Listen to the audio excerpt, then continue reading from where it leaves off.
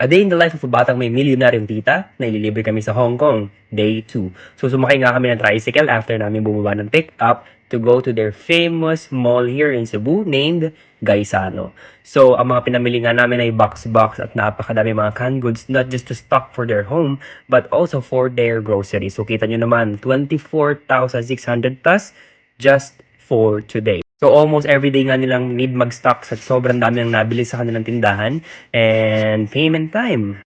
Something I can do sa Cebu vacation ko ay ang gumala sa mga famous parks dahil may trabaho ako at night. So literal lang ginagawa ko lang ay magising, kumain, maligo, magtrabaho at matulog.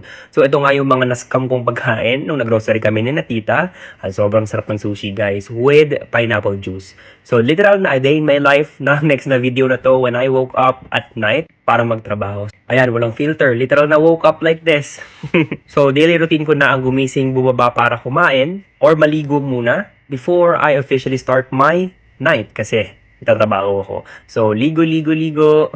I think ang dapat yun lang talagang abangan sa mga next episodes ay ang pagpunta namin ng family ko sa Hong Kong and ang mga pupuntahan namin gaya ng Disneyland. So, talagang proud na proud ako sa katabaan ko, no? Ito nga yung inihanda nilang pagkain for me for tonight na para bang pang 3 tao. Kaya lagi kong hinahati yung mga pagkain ko dito sa bahay para magkasya for my breakfast and lunch. Dahil sobra talagang daming nakahain. Kain. So, sa kwarto ko sa taas, merong aircon pero kailangan ko magtrabaho at 11 p.m. like this one sa kanilang dirty kitchen kasi hindi abot yung wifi. So, nakahiwalay nga yung bahay na tinutuluyan ko. So, if you'd like to know more about my milyonaryong tita, please don't forget to like, share, and follow. Salamat!